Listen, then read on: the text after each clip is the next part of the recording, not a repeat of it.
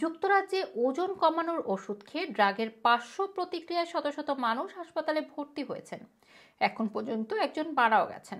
Medicines and health care product regulatory এজেন্সির তথ্য অনুসারে শুধুমাত্র নভেম্বরেই 118 জন রোগী হাসপাতালে ভর্তি হন। এনএইচএস ওবিসিটি সমস্যা সমাধানে ওয়েগোভি, মঞ্জারো এবং স্যাক্সেন্দার মতো সেমাগ্লুটাইড এবং তিরজেপাটাইড ওষুধ ব্যবহারের অনুমতি দেয়, কিন্তু এসব ড্রাগ প্রেসক্রিপশন ছাড়াই চোরাই মার্কেটে বিক্রি করা হচ্ছে। এতে নকল ওষুধের কারণে ভুক্তভোগী হচ্ছে অনেকে এবং অনেক রোগী। গত বছরে এসব ড্রাগের পার্শ্ব প্রতিক্রিয়ায় প্রায় 400 জন রোগী হাসপাতালে ভর্তি হয়েছে। এছাড়া মানজারোর ঔষধ ট্রিজেপাটাইড সেবন করে অন্তত একজনের মৃত্যু হয়েছে। মারা যাওয়া 58 বছর বয়সী সুসান ম্যাকগোয়ান অনলাইন ফার্মেসি থেকে মানজারো ইনজেকশনের দ্বিতীয় ডোজ নেওয়ার পর গুরুতর পেটে ব্যথা এবং অসুস্থতা অনুভব করতে শুরু করেন। প্রথম ডোজ খাওয়ার পর 2 সপ্তাহ পরে গত 4 সেপ্টেম্বর তিনি মারা যান।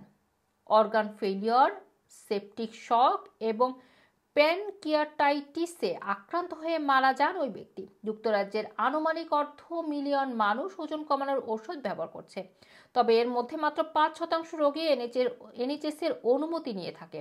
অসুস্থ হওয়াদের অনেকেই অনলাইনে এবং সোশ্যাল মিডিয়ার মাধ্যমে ঔষধ কিনছে। প্রেসক্রিপশন ছাড়া অনেক রোগী ড্রাগ নিয়ে পার্শ্ব প্রতিক্রিয়ার কারণে হাসপাতালে ভর্তি হচ্ছে।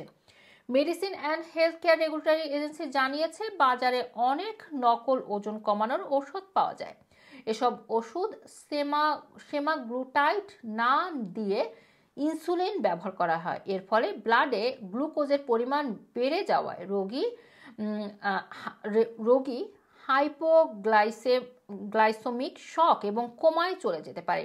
এদিকে যারা বৈধভাবে ওজন কমানোর ঔষধ ব্যবহার করেন তাদের মধ্যে সাধারণত পার্শ্ব প্রতিক্রিয়ার মধ্যে রয়েছে গ্যাস্ট্রোইন্টেস্টাইনাল সমস্যা, বমি বমি ভাব এবং ডায়রিয়া। কখনো কখনো খিঁচুনি, অন্ত্রের সমস্যা সহ লাইফ থ্রেটিং ঝুঁকি তৈরি হতে পারে। সাম্প্রতিক সময়ে এই ধরনের পার্শ্ব প্রতিক্রিয়া বৃদ্ধি পেয়েছে। কর্তৃপক্ষ এসব পার্শ্ব প্রতিক্রিয়া নিয়ে ঔষধ প্রস্তুতকারক প্রতিষ্ঠানের সাথে কাজ করছে। এছাড়া ব্ল্যাক মার্কেটে অনুমোদনহীন ঔষধ বিক্রি বন্ধ করতে ব্যবস্থা নিচ্ছে সরকার। রুমানা রাখি, রানা টিভি, লন্ডন।